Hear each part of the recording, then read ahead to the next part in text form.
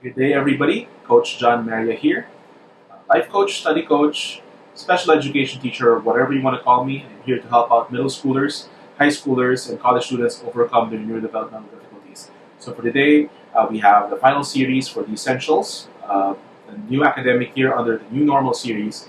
And we'd like to thank everybody who's been with us here, okay, for these past few series. Okay, and I know that for a lot of you who looked at the original header, it says essential items. We will be dealing with physical items today, but we realized that there were more essential things aside from just physical items that we would like to emphasize on this video. So with that, let's get on with it. Okay, just a few things that I want you guys to remember about the upcoming academic year. First and foremost, this is unprecedented, and therefore some of the best practices are still being figured out. But of course, that can't stop us from being proactive, meaning we know information about the thing that we're dealing with, in this case, neurodevelopmental difficulties, teens and young adults, and things like that, and we'll try to anticipate some issues that we might have. This is not to make anybody anxious or worried, okay? I want to emphasize that. I'm not trying to get anybody to worry or to be anxious here, but we're trying to anticipate some of those difficulties for the very reason that we can avoid some of the issues, okay? So with that in mind, I cannot emphasize enough, tailor fit to your own situation. Okay, so with that, we have two essential categories to discuss today. First has to do with physical and time structure.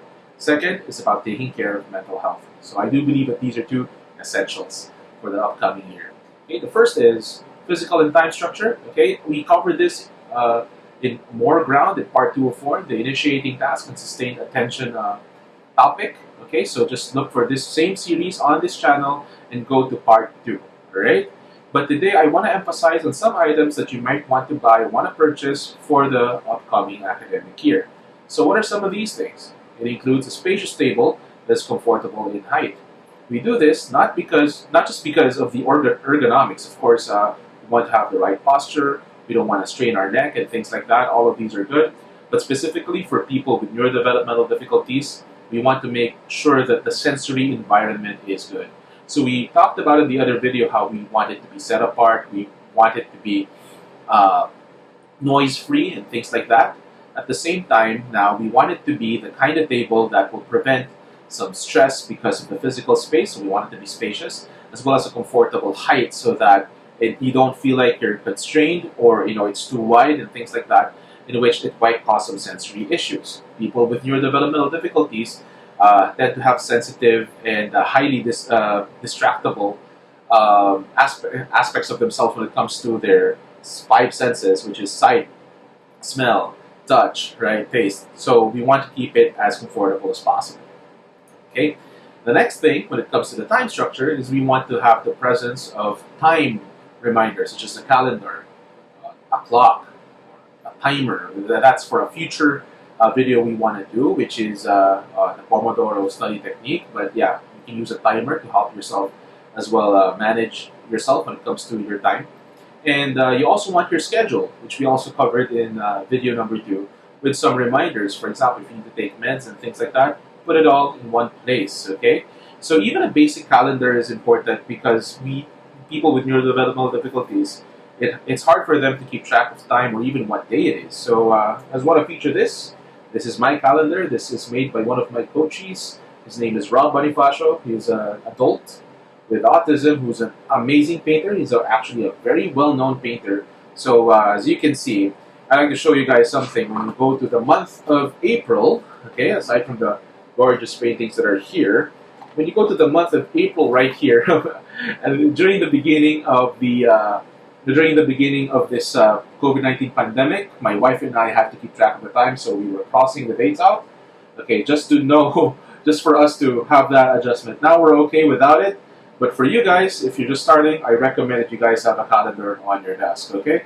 I will, if you guys want to support my student Rob, okay, this is not sponsored in any way. I actually had to ask for his permission, and he said yes. I thank Rob and the Bonifacio family for allowing me to feature his work here. I will link it in the down in the video below if you guys want a copy. Okay, so with that, we'll move on forward with writing materials. Okay, manual writing materials, so actual pens, notebooks, highlighters, and Now I know what you're going to say. You have your iPad, you have your phone, you have your laptop. Studies have shown that you can retain more information if you're using manual stuff. So with that in mind, you also need a printer, okay? So, of course, that's not really good for the environment. We prefer it not to print stuff and things like that. But so I just want to say use recycled paper if possible. So in the future, when we do topics on study skills, which you will do on this channel, definitely, it's one of the heart. It's at the heart of some of the things I do as a study coach. We will talk about how to use these things. But what you have to keep in mind, it's still best to have those manual things. Okay. So with that, here's the physical setup that I would like you guys to follow. So a few pictures of me here. So ideally, you guys want to be on a desk. You have your notebook. You have your laptop in front of you, and you are viewing lectures and things like that. Okay, this is okay. All right, but if we want to approximate the classroom setting, okay, just want to emphasize that this might be more ideal. Okay, so we've been conditioned for many years, but when there's a teacher, we look up, okay, on a pedestal or in front of the classroom.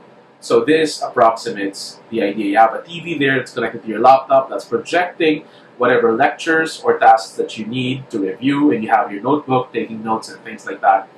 This is what I recommend.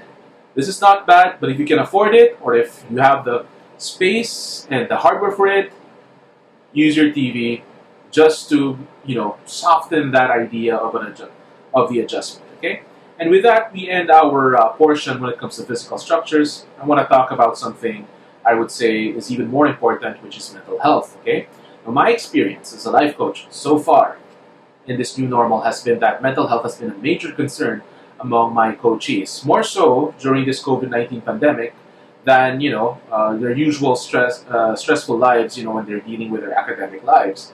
And again, one of the reasons why this is so is because it's such an unprecedented time.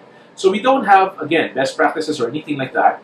But when it comes to common sense and a little bit of what we know about mental health, okay, here's some things that we know.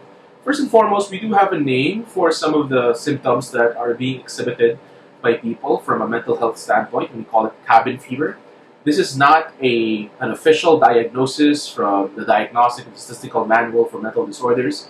If I were to pick a disorder there that's closely related to cabin fever, it would be seasonal affective disorder, which is something that affects people where there's winter and there's seasons and they're cooped up during winter inside the house. Okay, we don't experience that here. We are in a tropical country where it's just storms, rain, and sun all year long, so it's not something that we really experience as much. But cabin fever is when you're cooped up for a very long time and then you're restless and you feel moody and you feel you don't feel like yourself and you're not functioning correctly and things like that.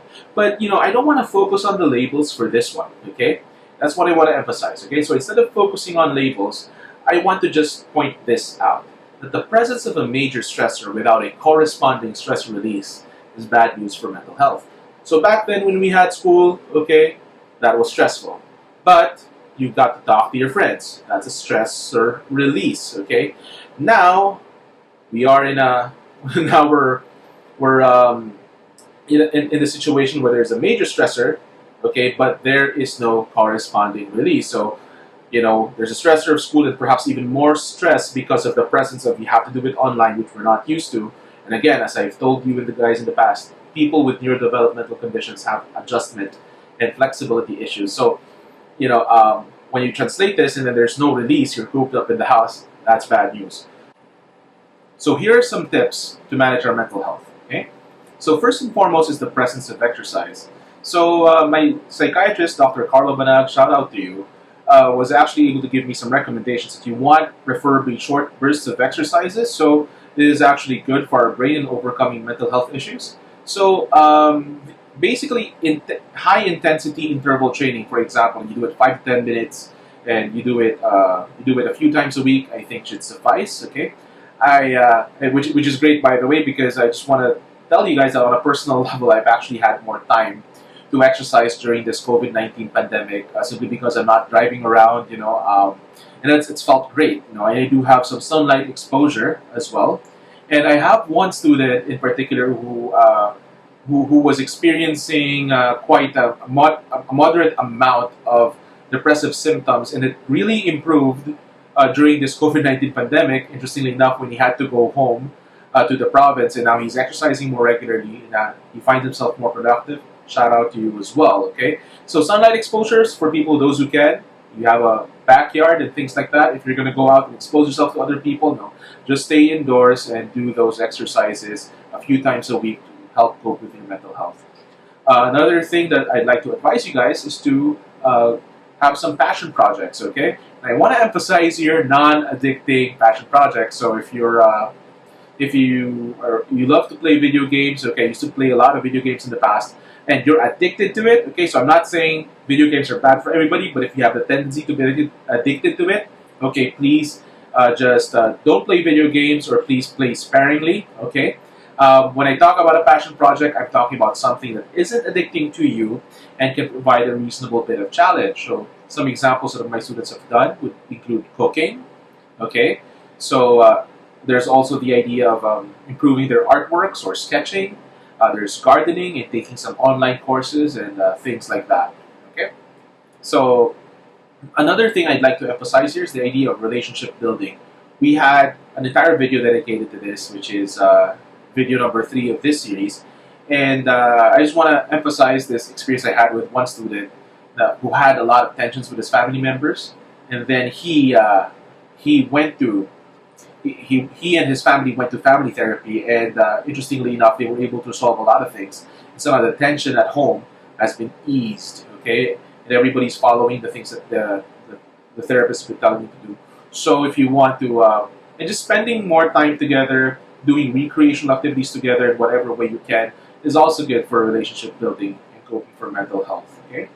The next thing I want to emphasize would be prayer and faith activities, okay? So for some of you watching, I know this is a controversial idea to talk about prayer and faith activities, like contributing to your church, volunteering at your church, and having that prayer time, Bible reading time, and things like that, okay, as a way to cope with mental health, okay. Now, I actually talked to one of the most prominent psychiatrists in the Philippines about this, Dr. Cornelio Barao Jr., who was so gracious enough to grant me an interview about the topic of faith and mental health.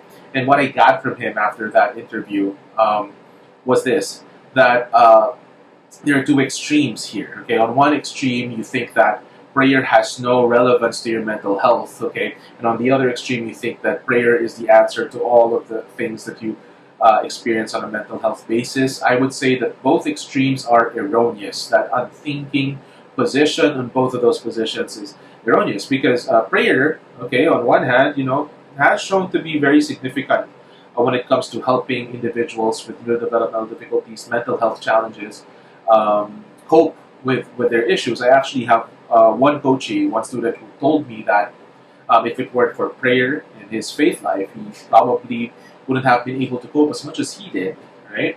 And but on the other hand, it's when, for example, when parents go to their kids and say, "Oh, you just pray about that, and the sadness will go away."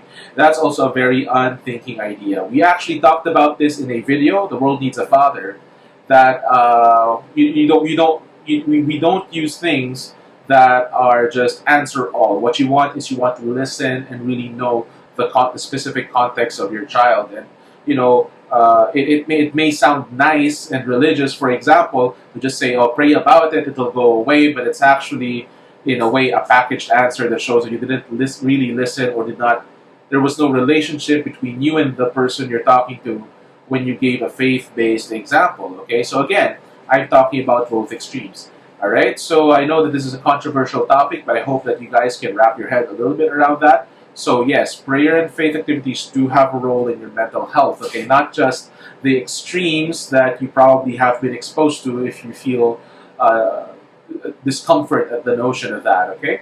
And which brings me to the last point, which is you want to seek help, okay? What do you mean? What do I mean by seeking help? So if you have a mental health issue, okay, go see a doctor, a psychiatrist, no? And I would even say go see a psychologist as well, okay? Go see what they would recommend to you. There are a lot of telehealth options right now in the new normal, okay?